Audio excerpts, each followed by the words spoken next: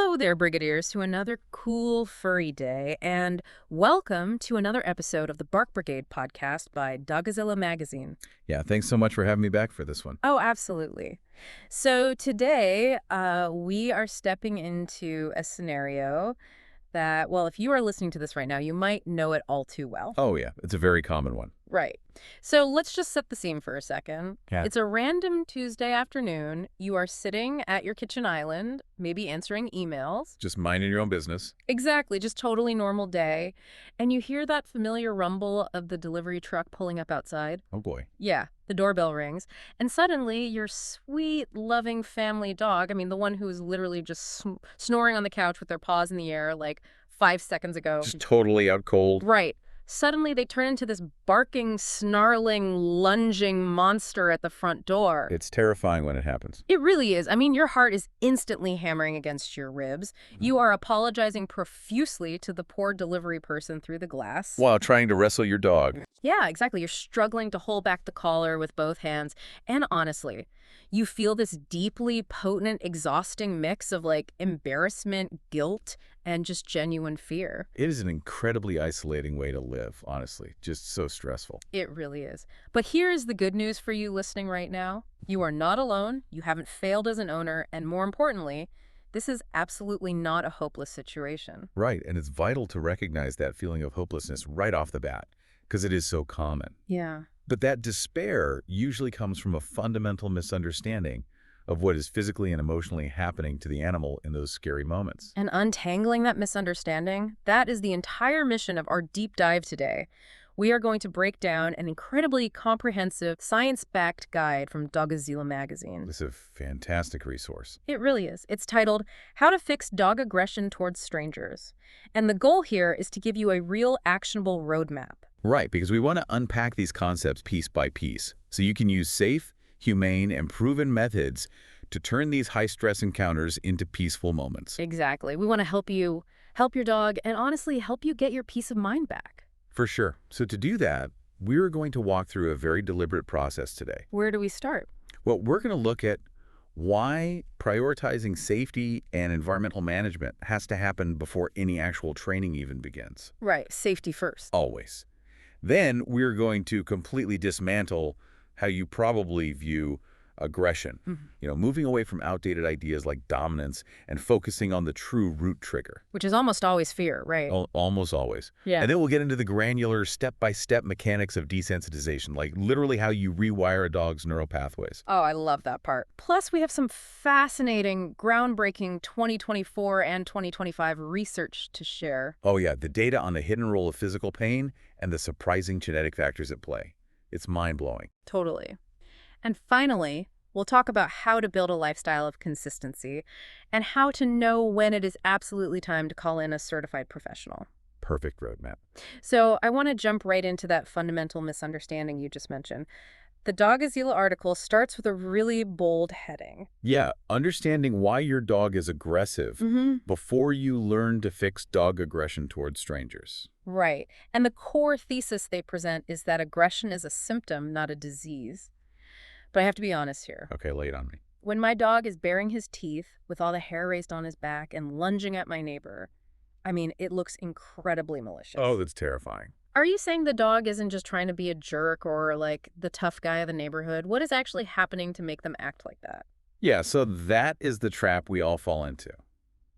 Human brains are wired to interpret a snarl as a deliberate, aggressive threat.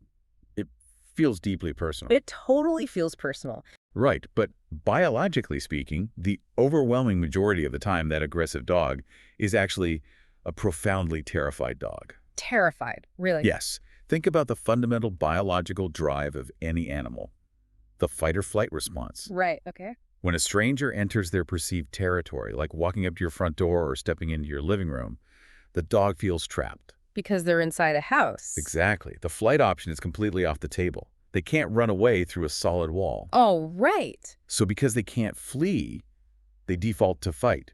They aren't trying to conquer the mailman. They're just trying to create distance between themselves and this terrifying, unpredictable entity. Okay, so it's not malice at all. It's literally a biological panic button being pressed. Precisely. The article actually breaks down the fear-based aggression cycle, and reading about what goes on inside the dog's body was a huge eye-opener for me. It's entirely involuntary. The moment the doorbell rings and a stranger appears, the dog's amygdala. That's the fear center of the brain, right? Exactly. The amygdala fires off a distress signal. That triggers a massive, instantaneous dump of adrenaline and cortisol into their bloodstream. Just a total chemical flood. Total flood. Their heart rate skyrockets, their pupils dilate so they can scan for threats. Yeah. Their digestive system literally halts because the body is diverting every ounce of available energy to the muscles for survival. Wow. So they are not thinking at all. Not even a little bit. They're just reacting. You know, I like to visualize it like this to really build empathy for the dog because it's hard when they look so scary. I'd love to hear it. Imagine you have a severe, paralyzing phobia of spiders. Okay, awful, but I'm with you. Right. So you step into a tiny elevator, the doors slide shut, and suddenly someone drops a box of hundreds of live tarantulas onto the floor. Nightmare fuel. Absolute nightmare. So while you are screaming and climbing the walls, someone else steps into the elevator, hands you a clipboard, and says, "All right, let's learn advanced calculus." You'd probably punch them. Exactly. You wouldn't be able to process a single number. Your brain is entirely offline because you are fighting for your life. That is such a perfect analogy. That is your dog when a stranger walks in. You simply cannot learn a new skill while your brain is bathed in panic chemicals. That analogy perfectly illustrates the neurological reality. The cognitive learning part of the brain, the prefrontal cortex, it literally shuts down when the survival brain takes over. It just goes dark. Yeah. And this intense chemical reaction creates what behaviorists call a conditioned emotional response. Conditioned emotional response. Break that down for us. Well, every single time a stranger comes over and triggers that massive adrenal dump, the fear deepens. The dog's brain creates a thicker, stronger neural pathway that associates the word stranger with extreme biological distress. So the panic is basically reinforcing itself. Exactly. It becomes a self-reinforcing cycle that actually gets harder to break every single time they rehearse the behavior. Wow. Okay, so this brings up a common worry, which the article touches on when discussing a 2024 study from the University of Helsinki. Ah, the genetics study. Yeah, regarding genetics, the study looked at the heritability of fear-based aggression. Right. If I'm listening to this deep dive and I hear that this behavior might be baked into my dog's DNA, I might think, oh, great, my dog is just genetically hardwired to be aggressive. There's nothing I can do. Is this like a life sentence? It can absolutely sound daunting to read that genetics play a role. I totally get that. It feels like you're fighting nature. It does. And the Helsinki study did find that in certain breeds, a baseline tendency toward nervousness and stranger-directed fear is highly heritable. Okay. However, the crucial takeaway from that research, and just from epigenetics in general, is that genetics are not destiny. They aren't. No, they're merely a starting point. Yeah. Your dog's DNA might hand them a predisposition to be cautious, but the environment, early socialization, and your training absolutely shape the final behavior. So there's still hope. So much hope. The brain remains plastic. You have the power to rewrite that story. You just need to know how to communicate safety to them. And communicating safety brings us directly into conflict with one of the most stubborn, damaging roadblocks in the history of dog training. Oh, I know where you're going with this. We have to talk about dominance theory. I mean, anyone who grew up with dogs in the 1980s or 90s heard this constantly. It was everywhere. The advice was always, you have to show the dog who is the alpha. Oh, yeah. Like, if they growl at a guest, you have to physically dominate them, pin them down, do an alpha roll, and assert your status so they know you own the house. It makes me cringe just hearing it now. Same. But this guide from Doggozila Magazine makes it crystal clear that dominance theory is dead. Dead, buried, and entirely debunked by modern behavioral science. Thank goodness. Why was it so wrong? The entire premise was flawed from the very beginning. It was based on captive wolf studies from the mid-20th century. Oh, like wolves in a zoo. Exactly. They were observing unrelated wolves thrown together in an unnatural, tiny enclosure.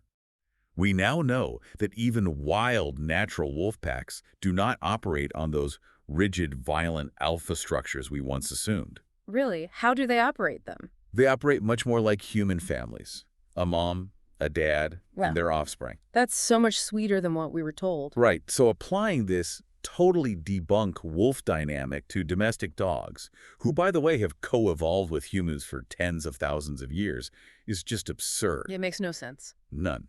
Your dog is not secretly plotting to rule your household, and they are not challenging your authority as pack leader when they bark at the UPS driver. As we just discussed, they are desperately trying to protect themselves because they are terrified. Exactly. Which means reacting to their fear with physical punishment or domination isn't just unhelpful, it's actively dangerous. It's extremely dangerous. The article highlights some specific research from the University of Bristol about this. Can you explain why punishing a growl makes the situation so much worse? This is one of the most critical concepts for any dog owner to grasp. So a growl is your dog's early warning system. Like an alarm. Yes. It is their polite canine way of saying, I am feeling extremely overwhelmed and uncomfortable right now. Please give me some space. Okay, that makes sense. If you use dominance-based training, like if you yank a prong collar, physically hit them, or pin them down for growling, what does the dog learn? I mean, they probably learn to be scared of you. Exactly. They don't learn that the stranger is safe. They learn when I express my fear by growling, my owner attacks me. Wow. So you've just proven to them that the situation really is dangerous. Yes, exactly. You suppress the warning mechanism, but the underlying burning fear hasn't gone away at all. In fact, it has amplified. Because now they're scared of the stranger and you. Right. So the next time a stranger approaches, the dog remembers that growling gets them punished. They skip the warning growl entirely and escalate straight to a bite to defend themselves. By using harsh corrections, owners accidentally manufacture dogs that bite out of nowhere. You've ripped the batteries out of the smoke alarm, but the fire in the kitchen is still raging. That smoke alarm analogy is chilling, but it makes so much sense. You need the alarm! You absolutely need the alarm. So the solution, then, is not to be a dictator holding a heavy hand over the dog. The article suggests you need to become what they call a safe harbor. A safe harbor, yes. You have to guide the dog with calm, predictable leadership. If your dog genuinely feels secure with you, they will start looking to you for guidance when things get scary, instead of feeling like they have to take matters into their own teeth. That's the essence of the paradigm shift right there. You are building trust and providing security. You are not trying to win a battle of wills with an animal that is literally having a panic attack. Right. Now, before we get into the actual training games to build that trust, there is a section under medical causes that absolutely stopped me in my tracks. Whoa, this is a huge one. It was a massive aha moment for me. We've talked about fear, we've talked about genetics, and debunk the alpha myth, but the article drops a staggering statistic from a newly published 2025 review in the Journal of Veterinary Behavior. Yeah, the data there is just incredible. It states that over 25% of aggression cases have an underlying, undiagnosed medical cause. Yep. 1 in 4 aggressive dogs are acting out because of a physical ailment. It is arguably the biggest blind spot in the dog training world today. So many owners spend thousands of dollars on behaviorists without ever looking inside the dog's body. That's just wild to me. Let's use a human analogy again. Imagine you are trying to balance your checkbook or do your taxes, but you are suffering from a debilitating, blinding migraine. The worst. Right. If someone walks up behind you, taps you on the shoulder, and talks loudly in your ear, you might spin around and snap at them. I would definitely snap at them. But you aren't fundamentally an angry or aggressive person. You are just in excruciating pain, and your tolerance for stress is at 0. And dogs are exactly the same. They are. Yeah. And they are incredibly stoic animals. Yeah. Evolutionary biology taught them to hide weakness and pain so they wouldn't become prey. Oh, so they won't even show you they're hurting. Rarely. They can be suffering from severe hip dysplasia, advanced osteoarthritis, dental abscesses, or even just a sharp thorn wedged deep between their paw pads, and you might never even see a limp.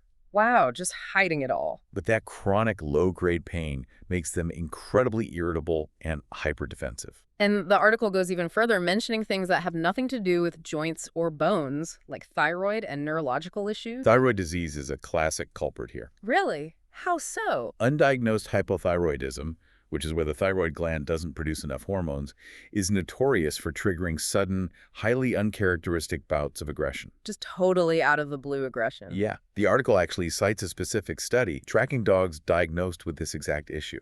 When these dogs were simply put on an inexpensive daily synthetic thyroid medication to correct their hormone levels, their aggressive behaviors decreased by 80%. 80%. Yeah. Without a single day of behavioral training. Just a pill. Right.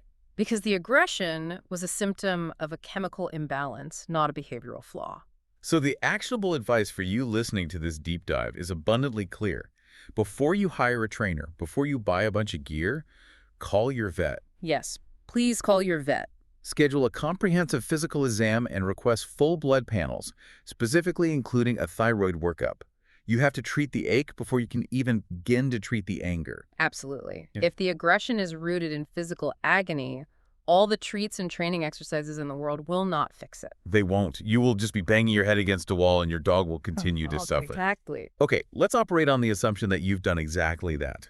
You went to the vet, the blood work came back pristine, the joints are healthy. The dream scenario. The vet gives a clean bill of health, meaning the aggression towards strangers is purely a behavioral, fear-based response.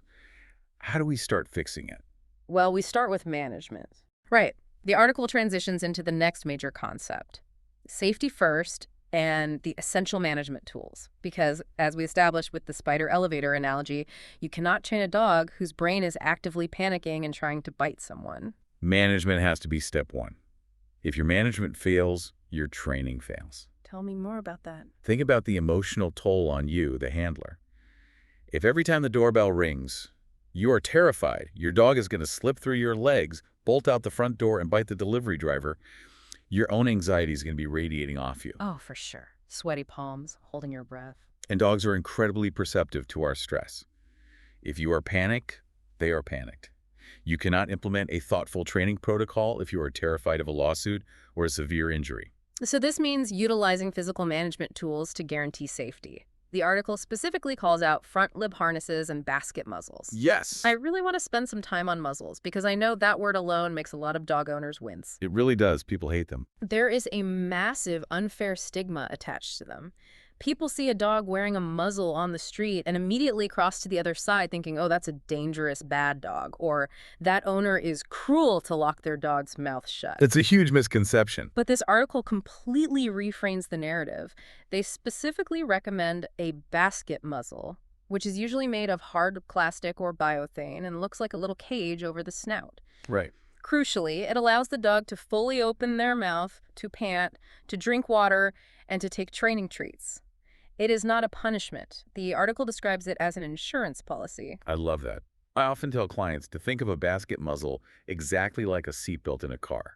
Oh, that's a good way to look at it. Right. You don't buckle your seatbelt because you intend to crash your car into a tree that day. You wear it so that if the absolute worst case scenario happens, like someone blows a red light and hits you, everyone survives the encounter. A seatbelt for the mouth. Exactly. A basket muzzle physically removes the possibility of a catastrophic bite.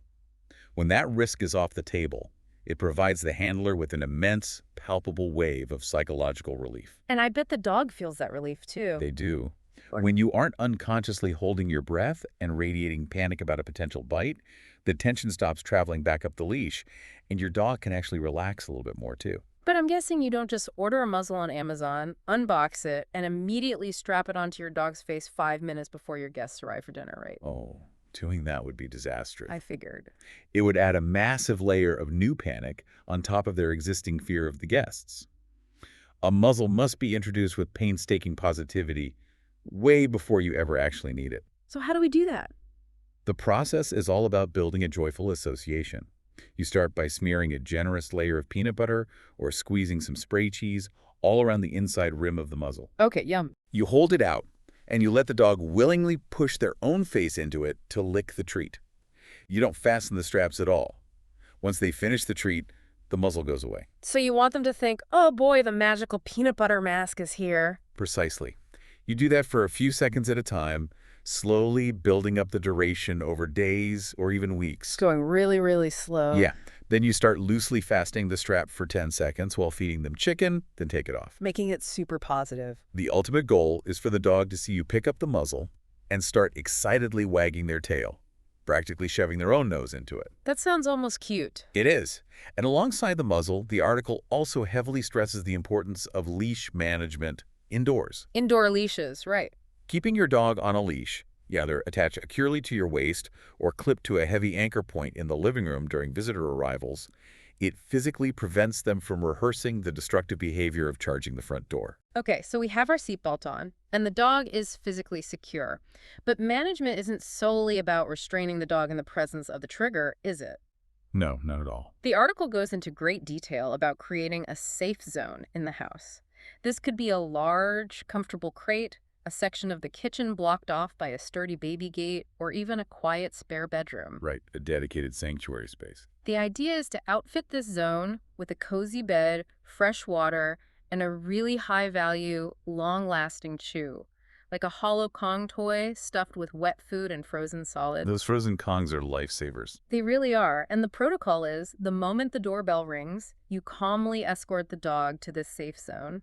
The rationale given is that this reduces their anxiety load because they no longer feel responsible for guarding the entryway. Exactly. It relieves them of the burden of being the household security guard, which is a job they never wanted and are clearly terrified of doing. But wait, let me push back on this a bit, because I know what a frustrated owner might be thinking. Sure, go for it. Doesn't doing this defeat the whole purpose? Don't we ultimately want the dog to learn how to politely greet guests in the living room? That is the end goal, yes. So if I put my dog in a back bedroom every single time someone comes over, aren't I just avoiding the problem entirely? How does he ever learn that guests are safe if I'm always hiding him away? It's a very logical question, but it gets to the heart of how dog psychology differs from ours. Okay, explain that. Forcing a fearful interaction is the absolute worst thing you can do. A lot of owners think, if I drag my terrified dog out to meet my friend John, and John hands him a treat, the dog will see John is a nice guy. Yeah, that makes sense to a human brain. Right, but that's not what the dog experiences. The dog only experiences the sheer terror of being physically trapped and forced into proximity with their worst nightmare. Oh, wow. It backfires completely. It confirms their belief that strangers are a threat to their bodily autonomy, and that you, the owner, won't protect them. So the safe zone is better. Much better. The safe zone is not about hiding the problem. It is about establishing a foundation of baseline calm. I see. Letting the dog choose to come out on their own terms, at their own pace, when they feel ready, that builds deep trust. The safe zone isn't a prison. It's a sanctuary. We have to lower their chronic baseline stress levels so that when we do eventually start active training, their brain is actually receptive to learning. Exactly. You can't train a panicked brain. And sometimes just the visual stimulation of a stranger is enough to send a dog spiraling, which is why the management section also heavily recommends utilizing visual barriers. Visual barriers are incredible tools. Just fantastic. Yeah. If your front door has those narrow glass side lights and your dog spends all day staring out of them, waiting for the mailman to appear so they can lose their mind. They are essentially practicing and reinforcing their own aggressive barking response every single day. Right. So the article suggests putting up opaque or frosted window films. If they bark through a baby gate, drape a solid blanket over it. Such an easy fix. If they charge the chain link fence in the yard, consider upgrading to a solid privacy fence. Yep. Out of sight, out of mind. It reminds me of putting yourself on an information diet when the news is making you anxious. You just delete the apps and block the feed. That's a great comparison. And the really cool part is how you can use these barriers for gradual exposure later. You don't just rip the film off the window one day. Right, you do it slowly. The article explains how you can start with just a tiny half-inch crack in the barrier. You let the dog see just a sliver of the outside world, and if they look through it and stay calm, you immediately reward them. You're slowly turning up the volume. Exactly. Over weeks, you slowly increase that exposure. You are building their tolerance muscle without ever overwhelming their nervous system. It's all about keeping them under threshold. And that concept actually provides a perfect bridge into the real meat of the behavioral modification. The fun stuff. Yeah. We've managed the environment, we've stopped the bleeding by using safe zones and muzzles, but hiding the mailman forever isn't a long-term strategy. Not if you want a normal life, no. How do we actually go into the dog's brain and dismantle that panic response? That brings us to the science of desensitization. Desensitization is the absolute gold standard in behavioral science, not just for dogs, but for humans dealing with phobias too. Right. It is the process of physically rewiring the brain's neural pathways. The core concept is straightforward. You intentionally expose the dog to the scary trigger, the stranger, but at a level of intensity that is so incredibly low, it does not trigger the amygdala to hit that panic button. And the key to making that work is finding what the article defines as the threshold. Can you explain what a threshold is in this context? Sure. Think of your dog's panic like a stereo volume dial. A volume of 10 is full-blown, snarling, lunging aggression. A volume of 1 is completely asleep. Okay, I can picture that. The threshold is the invisible physical line where your dog's internal volume goes from a manageable, I notice that person, I'm at a level 3, to I'm going to bark and lunge, I'm at a level 8. So you want to stay below that line? Right. Finding that sweet spot, just below the tipping point, is critical. For a mildly reactive dog, the threshold might be standing 10 feet away from the front door. But for a severe case. If a severely traumatized dog, the threshold might be 50 feet away. It might literally be standing on the opposite side of the street. Wow, that far. Yes. At the threshold distance, the dog must be able to clearly see the stranger, but they must remain completely calm. Their body language should be loose, their ears shouldn't be pinned back, and they should be able to easily eat a treat. And here is where the article drops a golden rule that I think every dog owner struggles with. Patience. Oh, patience is everything. If you rush this process, you reset your progress. You only move one tiny step closer when the dog is completely reliably relaxed. Let's say you figure out your dog's threshold is 50 feet. Okay. If they are doing great at 50 feet, they are taking treats, they are looking calmly at the person, you do not suddenly say, great, he's cured, let's walk up and shake hands. Oh, gosh, no, please don't do that. You move to 45 feet. Exactly. Human impatience is the #1 reason desensitization fails. We want quick fixes. We really do. But you have to remember, you are literally trying to grow new neural pathways in the dog's brain that say safety, while allowing the old neural pathways that say danger to wither away from disuse. And that takes time. That organic biological process takes a lot of time. To practice this safely and systematically, the article highly recommends using staged encounters. This is such a brilliant practical step. You enlist a friend to help you, but you need a very specific kind of friend, someone who can follow strict instructions and be incredibly, exceptionally boring. The boring stranger is essential. It really is. Why boring? The biggest mistake people make in these setups is having the friends try to win the dog over. You want your friend to stand completely still. They must avoid all eye contact with the dog. Because staring is bad. Staring is a threat in canine language. They must absolutely not talk to the dog, no baby talk, no, it's okay, buddy. Okay, that makes sense. And most importantly, they must never reach their hand out to pet the dog. To a terrified dog, a human hand reaching over their head is a highly threatening, offensive gesture. Okay, let's walk through what this staged encounter actually looks like in practice. Your boring friend is standing at that threshold distance. Let's stick with 50 feet. What exactly are you doing? It's a very rhythmic, mechanical process. Yeah. The dog looks at the friend. The instant they look, you, the handler, click a training clicker or use a sharp, happy marker word like yes, and immediately hand the dog a high-value treat. Just for looking at them. Yep, the dog chews it, looks back at the friend, you click and treat again. You are marking the simple act of observing the trigger without reacting. And how do you know when it's time to make it harder? Like, how do you know they are ready for 45 feet? You repeat this at 50 feet over and over until a shift happens. You are looking for the moment the dog looks at the friend, and instead of staring, they immediately snap their head back around to look at you expectantly. Like, hey, I saw the guy, where's my cheese? Exactly like that. When they offer that automatic disengagement, you know their stress volume is low. Then, and only then, the friend takes one single step closer, and you repeat the entire process. So it's just very gradual. Very. Over a period of days or weeks, the criteria slowly gets harder. The friend might walk past you laterally at a distance. Right. Later, the friend might sit in a folding chair 15 feet away. Eventually, the friend might toss a treat onto the floor for the dog to find, still without making direct eye contact. It is incredibly systematic, and this whole click and treat progression ties directly into the specific training game the article highlights, which I think is fascinating. It's a great game. It's adapted from Leslie McDevitt's famous training protocol called Control Unleashed, and it's called the Look at That game. Yes, LET. The technique is exactly what it sounds like. You see a trigger, you point at the stranger, and you say to your dog in a bright, happy voice, "Look at that." And when the dog simply looks at the stranger, you reward them. It's powerful. But I have to stop you here, because if I'm a frustrated owner listening to this, I am probably screaming at my phone right now. I can hear them yelling already. If I am holding a handful of hot dogs and my dog is staring daggers at the FedEx guy, aren't I rewarding the aggression? Aren't I literally paying my dog to lock onto the target they want to attack? It is a deeply counterintuitive concept for a lot of humans to grasp at first. I totally get it. Right. It feels wrong. But I promise you, no, you are not rewarding the aggression.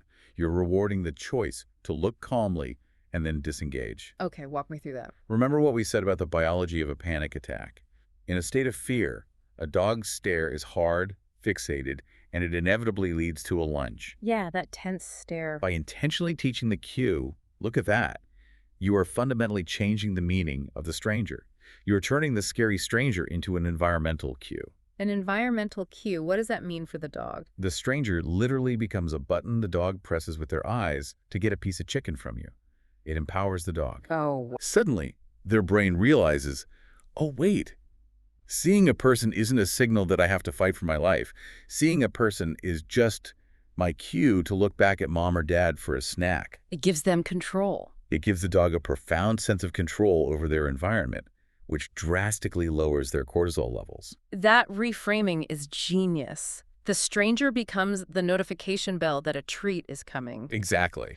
The article advises that you shouldn't start teaching this game using a scary stranger, though. You should play it daily with random, completely non-threatening objects first. Right, you want to practice when it's easy. You walk outside, point at a fire hydrant. Look at that. The dog looks, you click, you treat. Point at a parked car, a leaf blowing in the wind, a bird. You build the mechanical fluency of the game in a zero-stress environment. So the dog intimately understands the rules before you ever try it with a human trigger. Exactly. You want the muscle memory of the game to be second nature, so when they finally do see a stranger, they fall back on their training instead of their panic. Okay, so desensitization lowers the intensity of the reaction. It turns the volume down from a 10 to a 2. Right. But we don't just want the dog to simply tolerate the presence of a stranger. We want to actively change how they feel in their core about strangers. This transitions into the next section of the guide. Counter-conditioning. Counter-conditioning is where the real magic happens. If desensitization is turning down the volume on the scary noise, counter-conditioning is changing the station entirely. Changing a station. I like that. From chaotic heavy metal to soothing, smooth jazz. You are fundamentally altering the dog's underlying emotional response from negative to positive. That's it. And you achieve this through classical conditioning. This is pure Pavlov, right? Ring the bell, the dog salivates because they expect the food. Precisely the same mechanism. But instead of a bell, the ring is the appearance of the stranger. Okay. We are aggressively pairing the presence of the stranger with exceptionally high-value rewards. And I cannot stress this enough. Timing is everything in counter-conditioning. The article calls this the bam chicken moment. Yes. Bam chicken. I love that phrasing. The sequence must be flawless. Stranger appears in the environment, and then immediately, bam, the dog starts receiving a steady stream of boiled chicken. Or tiny bits of steak, or whatever their absolute favorite mind-blowing treat is. Right. The reward must be spectacular, and it must only be used for this specific counter-conditioning work. Oh, so they don't get it anytime else. Right. The dog doesn't get steak for sitting in the kitchen. They only get steak when a stranger appears. And crucially, the moment the stranger disappears from view, the flow of treats stops instantly. Wow, so the psychological shift that creates is amazing. It really is. Instead of the dog looking out the window and thinking, oh no, a stranger, my life is in danger, I need to protect myself, their brain does a complete 180 over time. They start looking forward to it. Yeah. They see the stranger and think, yay, a stranger. The steak dispenser has arrived. Where is my chicken? You are literally hacking their emotional forecast. You are hacking the brain's association pathways. But there is a massive caveat here, and it's one of the hardest things for owners to master. What's that? The handler plays a disproportionately massive role in whether this counter-conditioning succeeds or fails, because dogs are masters of what behaviorists call emotional mirroring and social referencing. Meaning they read our microexpressions and body language like a book? They are incredibly attuned to us. Imagine you are walking your dog and you see a stranger approaching on the same sidewalk. Okay, I'm picturing it. Because of your past traumatic experiences with your dog lunging, your immediate internal reaction is likely, oh God, here we go again, this is going to be a disaster. Right, you get that pit in your stomach. Without even realizing it, you are going to subconsciously tighten your grip on the leash. You'll probably hold your breath. Your shoulders will hike up towards your ears. I do that all the time. We all do. Your dog feels that sudden tension travel right down the nylon leash. Yeah. They look up at you. That is social referencing. They're checking in. Yes. They see your stiff body, they smell the subtle shift in your pheromones, and they instantly conclude, my trusted human is terrified of that approaching person. Therefore, that person must be incredibly dangerous. I must step up and defend us both.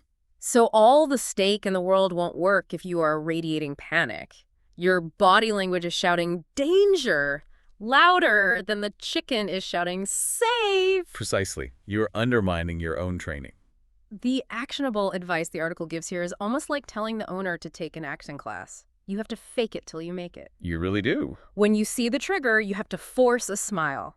Use a happy, light, almost silly voice. Do actual physical breathing exercises, deep in through the nose, out through the mouth, to force your own heart rate down. It helps so much. And crucially, you have to keep the leash loose. A tight leash is a physical telegraph wire that says, prepare for battle. A loose leash, shaped like a J, says we were just going for a stroll, everything is totally fine. It's hard to do when you're scared, though. It is really hard. But while we are on the topic of the handler's decisions, we have to talk about a severe warning in this section of the article regarding the emotional state of the dog. This part was intense to read. When you are trying to change these deep-seated emotions, you must absolutely avoid a practice called flooding. Yes, the throw them in the deep end of the pool to teach them how to swim method. Flooding is one of the most psychologically damaging things you can do to an animal. What does flooding actually look like in this context? It involves taking a dog who is terrified of strangers and just dragging them into a crowded farmer's market, or forcing them to stand in the center of the living room while a dozen rowdy guests crowd around them. With the misguided hope that they will just get used to it and realize it's fine. Right. It is subjecting them to their worst trigger at absolute full intensity with no escape. Going back to our elevator analogy, it's throwing the person with the spider phobia into a bathtub full of tarantulas and locking the door. It's not training. It's cruelty. It is deeply traumatic. And the tragic part is that flooding sometimes looks like it works to an untrained eye. Wait, how could that look like it worked? What happens is the dog fights and barks and panics for a while, but they can't escape. Eventually, their nervous system just overloads and crashes. They stop fighting. They just give up. They shut down, they stop barking, they stop lunging, and they just stand there, completely frozen, staring into space. That's heartbreaking. An uneducated owner or an old-school trainer might look at that frozen dog and say, look, they gave up. They're fixed. They're perfectly quiet. But they aren't fixed. Their brain is just broken. Precisely. They're experiencing a psychological state called learned helplessness. Learned helplessness. Their brain has realized that fighting doesn't work. Fleeing is impossible. So they just check out mentally to endure the inescapable trauma. It is a state of profound depression and terror. And I assume it doesn't last. No, it is a ticking time bomb. Because eventually the pressure will mount, that suppression will break, and when it does, it almost always results in a severe, uninhibited bite without any warning growl. Because they've learned the warning growl doesn't matter anyway. Exactly. So the rule of thumb the article provides is this. If your dog panics during a training setup, you have moved way too fast. Right. You must immediately take 3 massive steps back, increase the distance from the trigger, and lower your expectations. You have to celebrate the microscopic victories. If your dog looked at a stranger from 60 feet away, took a breath, and didn't bark, that is a massive parade-worthy win for that day. End the session on that high note. Progress in behavioral modification often feels agonizingly slow. But going slow is the only way to ensure the change is actual, biological, and permanent. Okay, let's pivot to the deep dive into the latest data. I absolutely love this section of the Doggozila Guide because it highlights just how rapidly the field of canine behavior is evolving. It's moving so fast right now. We are finally moving away from neighborhood myths and anecdotal advice and relying on hard, peer-reviewed science to give us clear insights. I want to circle back and go much deeper into that 2025 pain and aggression connection study from the Royal Veterinary College because the details are truly staggering. This study is currently shifting the entire landscape of veterinary behavioral medicine. Tell us more about the data set. The researchers analyzed an enormous data set. We're talking 1,000 individual cases of dogs presenting with sudden onset aggression towards strangers. And these weren't always aggressive dogs. No, these were not dogs that had been reactive their whole lives. These are dogs that were previously fine, and the aggressive behavior started seemingly out of nowhere in adulthood. Okay. After exhaustive physical workups, they found that a full 28% of those cases were linked specifically and exclusively to musculoskeletal pain. So we were talking about joint pain, early onset arthritis, soft tissue injuries that don't necessarily cause a visible limp. Exactly. Yeah. Micro tears in ligaments, spinal compression, things that cause chronic, aching discomfort. But the real revelation of the study, the part that should make every owner take note, was the cure rate. Cure rate, okay. When the veterinary teams properly diagnosed and medically treated that physical pain, the aggressive behavior completely resolved in 70% of those specific cases. 70%. Just by making the dog comfortable again. No clickers, no counter conditioning, just pain relief. Right. And because of this, the authors of the study strongly advocate for a protocol they call a pain trial in any case of sudden aggression. A pain trial? How does that work? Even if the vet bends the dog's legs and doesn't find an obvious flinch, the recommendation is a pain trial. This involves the vet prescribing a short, safe course of canine anti-inflammatory medication like carprofen or meloxicam. So you just give them the meds and see what happens? You give the dog the meds for a week or two. You observe. If the dog's aggression dramatically decreases or vanishes while on the medication, you have your definitive answer. Pain was the hidden trigger all along. That is just incredible.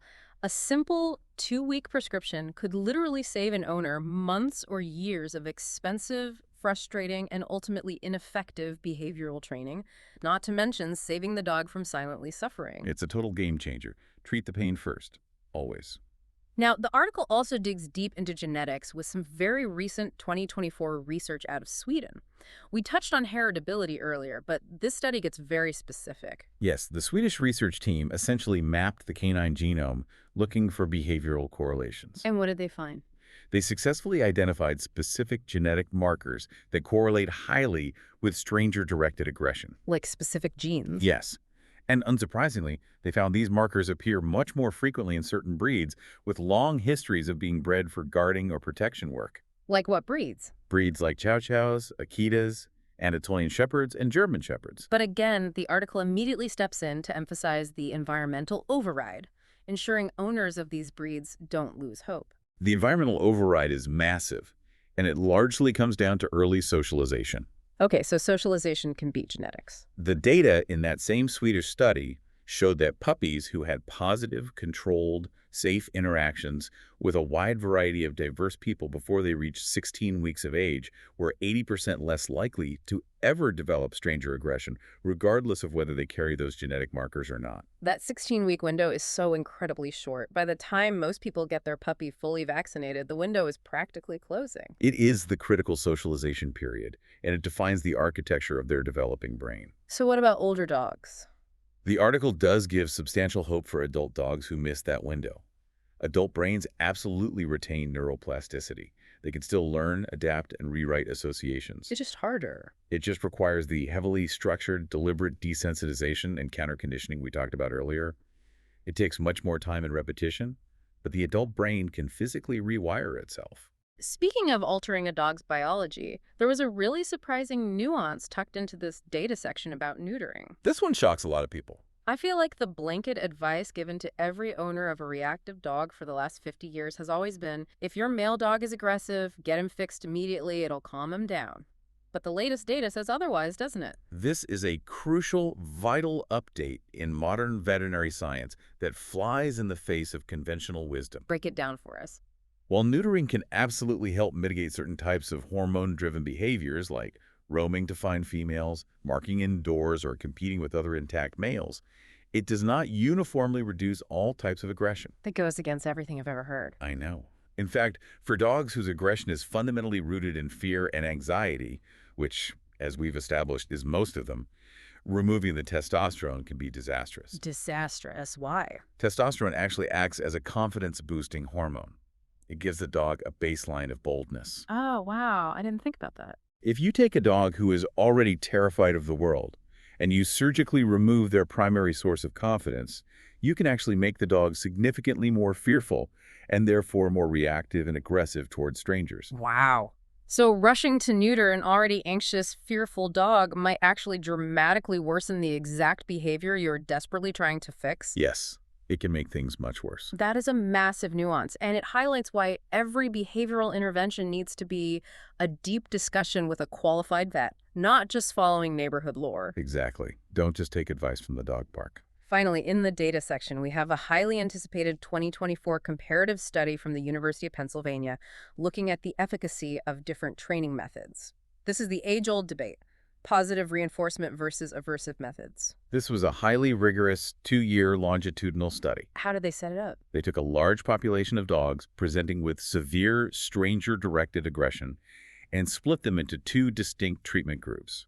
Group A was treated using purely positive reinforcement, the exact methods we've been discussing: desensitization, counter-conditioning, safe zones, high-value treats, and praise. And Group B? Group B was treated using traditional aversive balanced methods, which included the use of prong collars, choke chains, leash corrections, and physical punishment when the dog reacted poorly. And the results were pretty stark, weren't they? Incredibly stark. The positive reinforcement group saw a 60% overall reduction in aggressive behaviors over the study period.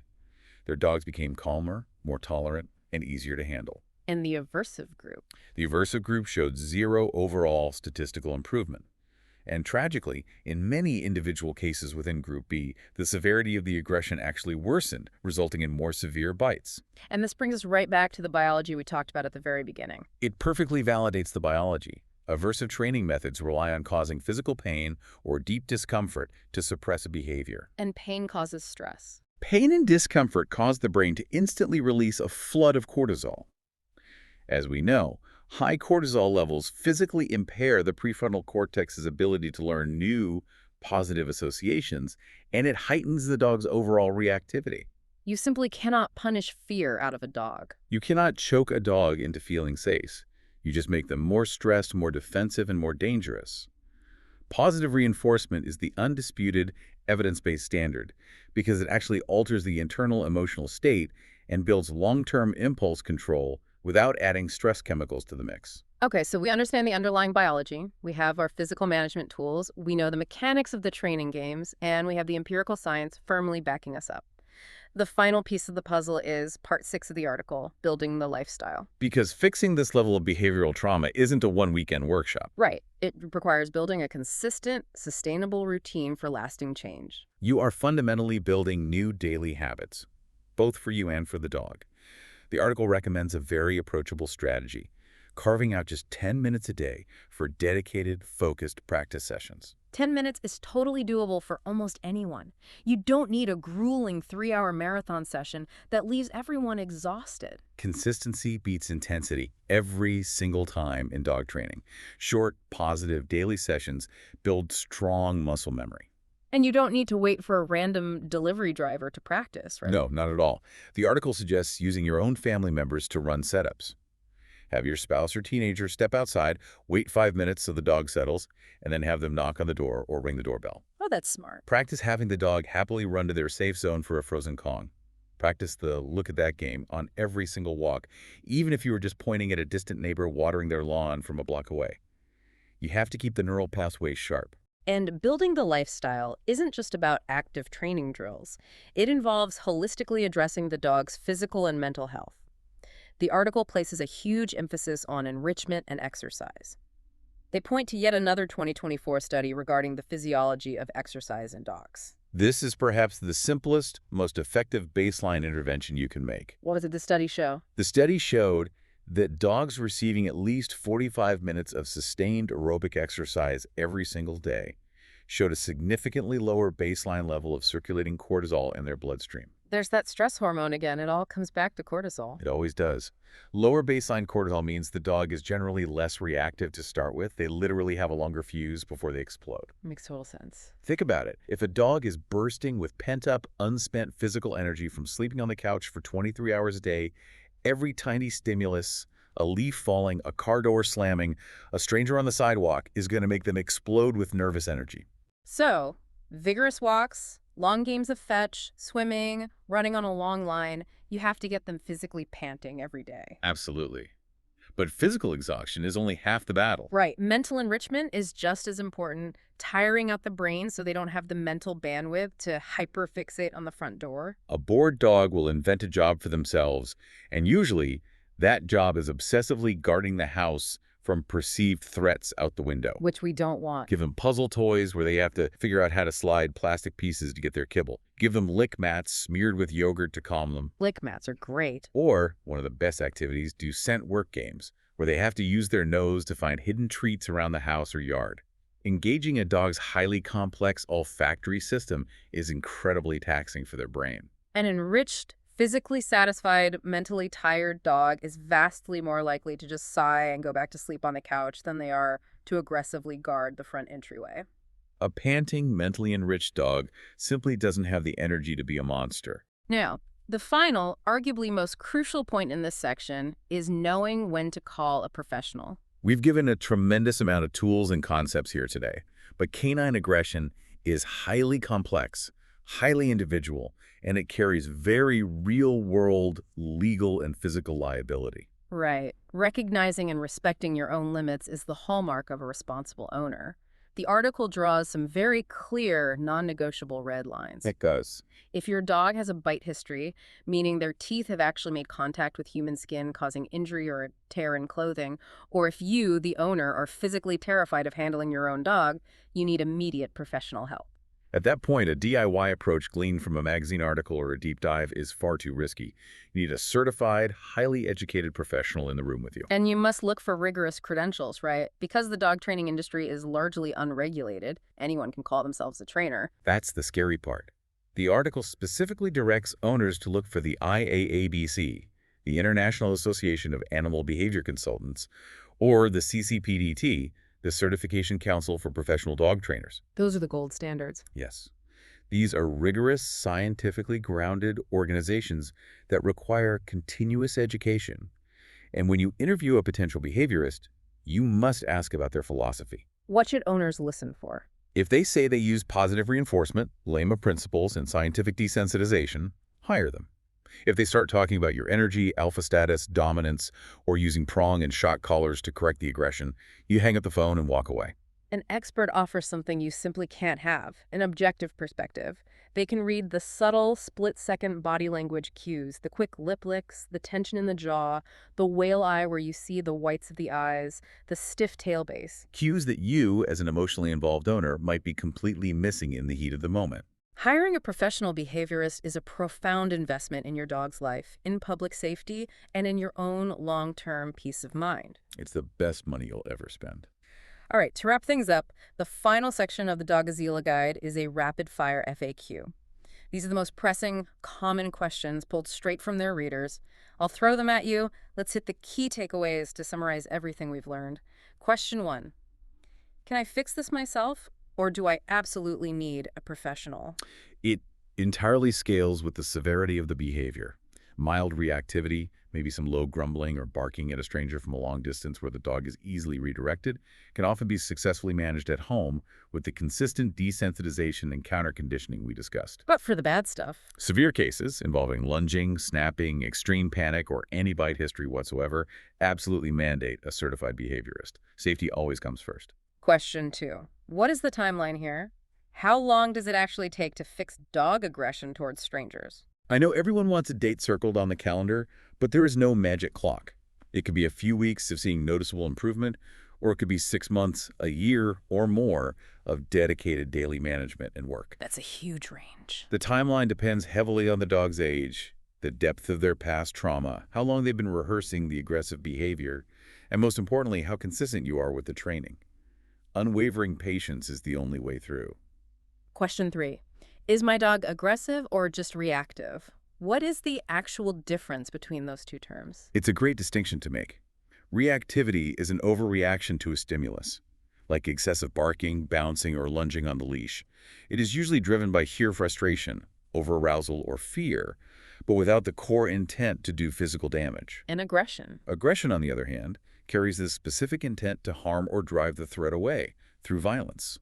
Aggression is characterized by a very stiff, frozen body, a hard, unblinking stare, and low, guttural growling. Okay, got it. However, the warning here is that unmanaged reactivity, like a dog constantly practicing lunging and barking in a state of high stress, can absolutely escalate into true aggression over time.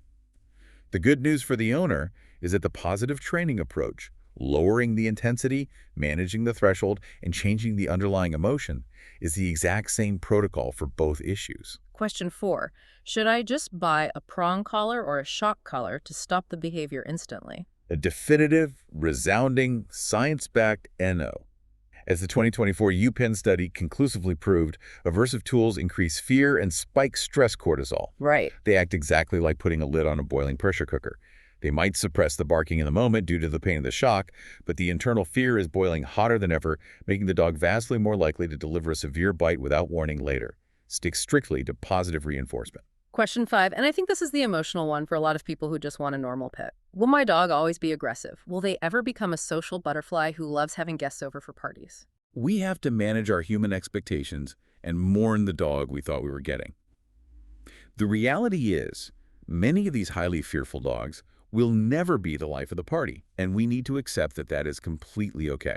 Right. Our goal here is peaceful tolerance, not forced, enthusiastic friendship. If your dog learns to calmly lay in their safe zone and quietly ignore the stranger in the living room, that's a massive, incredible success story. We have to respect their individual boundaries and personality. Last one, question 6. When should I actually use the muzzle during this process? You should use it whenever a bite is a realistic statistical possibility. Visitor greetings in the home, navigating tight spaces like apartment hallways, mandatory vet visits, or walking in highly congested, unpredictable urban areas. The seatbelt for the mouth. Exactly. Yeah. Introduce it slowly with treats, make it a positive experience, and let that tool give you the psychological confidence you need to train your dog safely. This has been an incredibly deep, enlightening look into the canine mind, the biology of fear, and the science of how they learn. And looking at all of this, the empathy, the slow exposure, the importance of staying calm, it leaves me thinking about a much broader concept to mull over. Oh, yeah. Yeah. If lowering a dog's cortisol through simple patience, daily physical exercise, and positive reinforcement rather than harsh punishment can so radically change their behavior and hostility towards strangers, how much could we change our own reactivity to the strangers and stressful triggers in our human lives if we simply applied those exact same principles of patience and grace to ourselves? That is a very profound, powerful question to reflect on. Thank you for listening, dear Brigadiers, and if you have any questions, visit the source article on Doggozila Magazine at doggozila.com. That was all for this episode, and until the next time, bye to all listeners of the Bark Brigade podcast.